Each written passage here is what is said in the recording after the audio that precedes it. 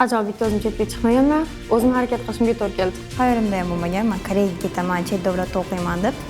Mana Nordik talabalari Oq uy oldida Washington DC Oq uy. Mayli topshiradigan ko'ndiramiz dedilar. Adamga aytmasdan topshirib yubordik. Madina har bir insonni farzandi shunaqa yutuqlarga erishsa, конечно, bu baxt. Xohish bo'lishi kerak, harakat, yaxshi niyat bo'lsa hammasi yaxshi bo'ladi. Hech ham cho'chish keragi yo'q menimcha.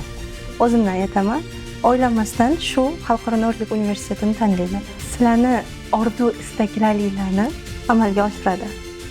Agar o'zingizlarda shunaqa shunga yarasha ishtiyoq, qiziqish va harakat bo'lsa. Imom Buxoriy gapi bor. Najot ilmda degan. Men bularni kichkinaligidan o'z qulog'iga quyib kelaman. Har doim yaxshi inson bo'lsin deb. Aniq arziydi. O'zingizlarga ham kelajakda plyus bo'ladi. O'tlarni, an'analarni, urf-odatlarni o'rganish va mustaqil bo'lish. O'zi niyatim shunaqa edi. Ketish, chet elda o'qib, dunyo ko'rish. Agarda haqiqatdan xohlasa chet elda o'qishi, albatta uchaladi orzusi, chunki o'zim ham juda ham ko'p topshirib ko'rganman, fail bo'lganman. Men o'zim ham xuddi aytganingizdek, umuman ishonmaganman olishimga.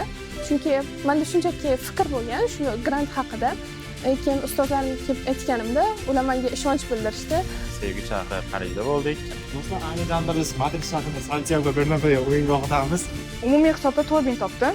Ishlab topgan pulim 5000 dan ziyodroq. Umumiy hisobda 7000 ishlab topdim. Bugun quvonchim cheksiz.